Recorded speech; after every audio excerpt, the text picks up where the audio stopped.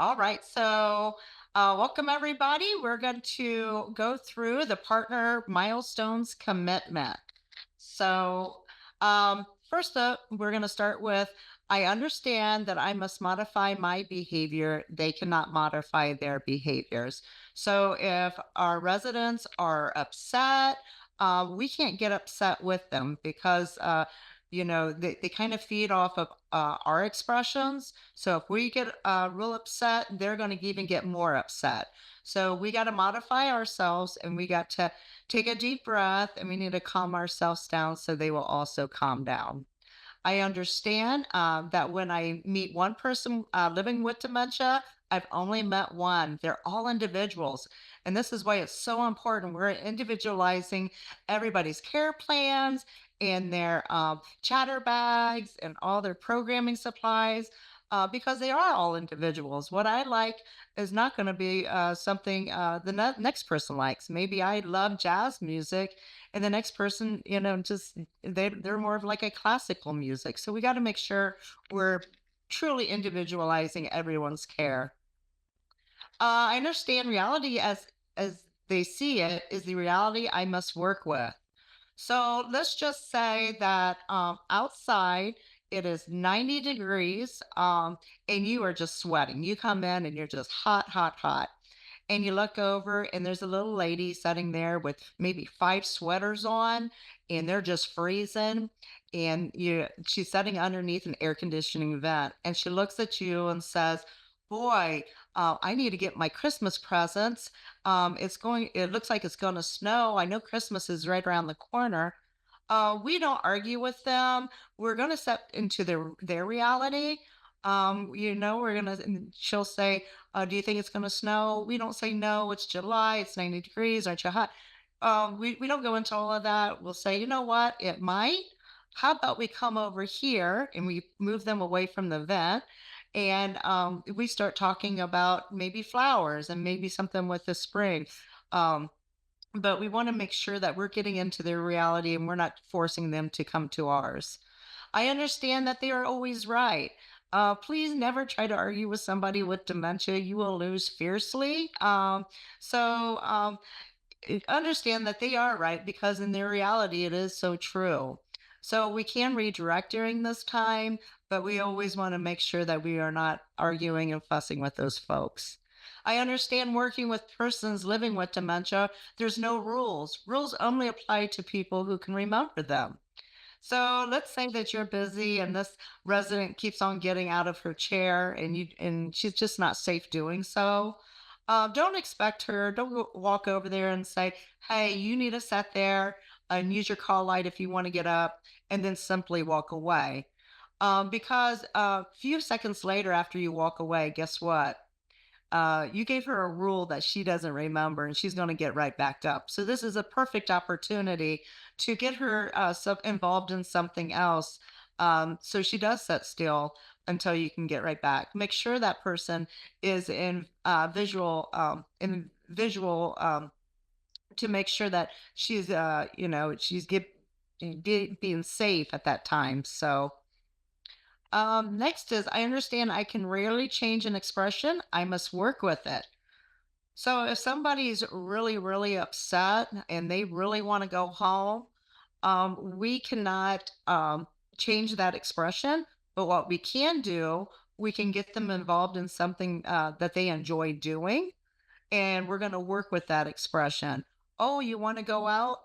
Hey, how about we go over here because I know she loves to do puzzles. Let's work on this puzzle first, and then maybe later we'll take a walk after a while. I understand a difficult expression is a need waiting to be met. A lot of folks think sometimes they do things on purpose. Trust me, their brain is not working like that. Most of the time, they have to go to the bathroom, or maybe they're very hungry. Maybe it can be numerous things. Maybe their bra's too tight.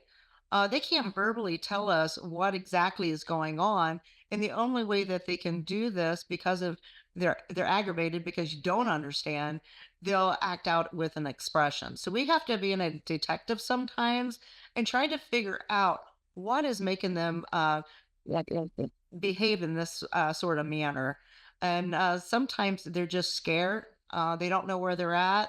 They're confused. And we just need to reassure them that they're in a safe place.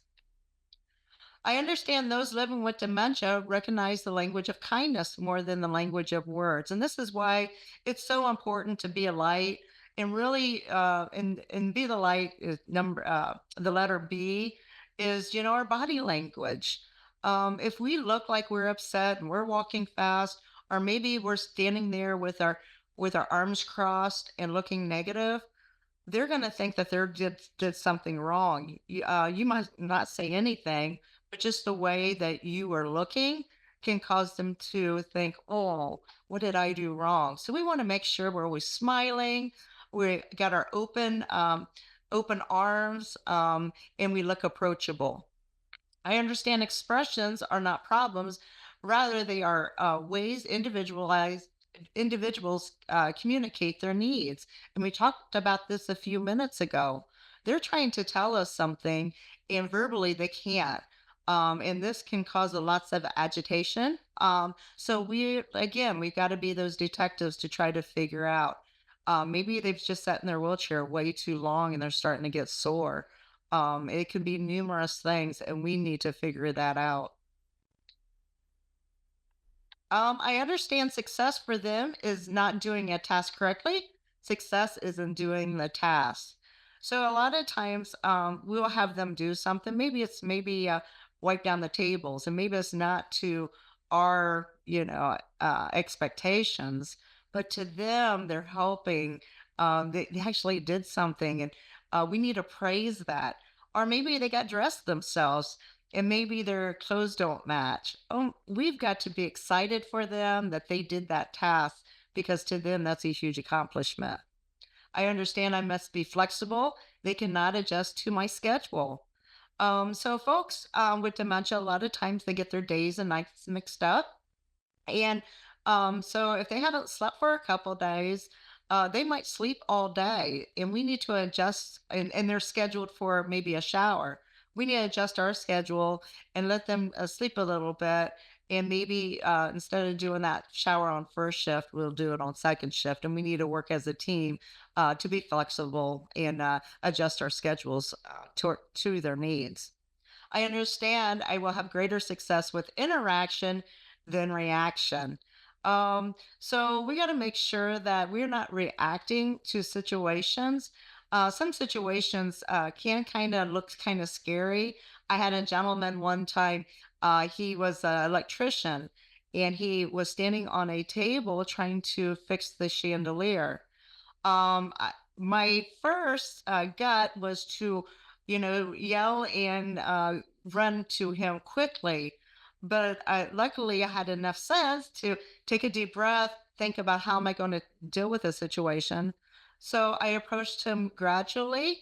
When he was upset because he thought maintenance wasn't fixing the chandelier quick enough, I understood. I told him, I said, I understand your frustration. Those maintenance men sometimes. And we kind of laughed. And I said, hey, the maintenance is getting a part for that chandelier. How about I help you down and we go have some coffee and we wait for maintenance? And so make sure that, you're not doing sudden reactions. Make sure you think about how you're going to react and how the reaction to that person will be to make it a safer interaction for them. So the milestones commitment to serving persons living with dementia, I understand that I am the person guiding them on this difficult path they must follow. And that makes you and me and all of us that are working towards the better care in this big milestones program. You guys are all very special people. And always remember that you guys are doing a fabulous job. And if you have any more questions, please see the Milestones Champion at your ministry. And thank you so much.